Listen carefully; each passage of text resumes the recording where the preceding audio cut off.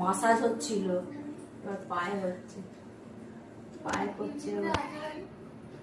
হাতটা যখন এখানে ধরবে তখনই হয়ে যাবে। ওখানে যেতে দেবে না, ভাবে নখ কেটে দেবে। কামড়াতে লাগে। ওই ধাপিটায় আর উঠতে চাইছে না জানিস, ধাপিতে তুলে নখ কাটা হয়েছে বলে ভয়েতে ধাপিতে উঠতেই চাইছে না। ওই পাটা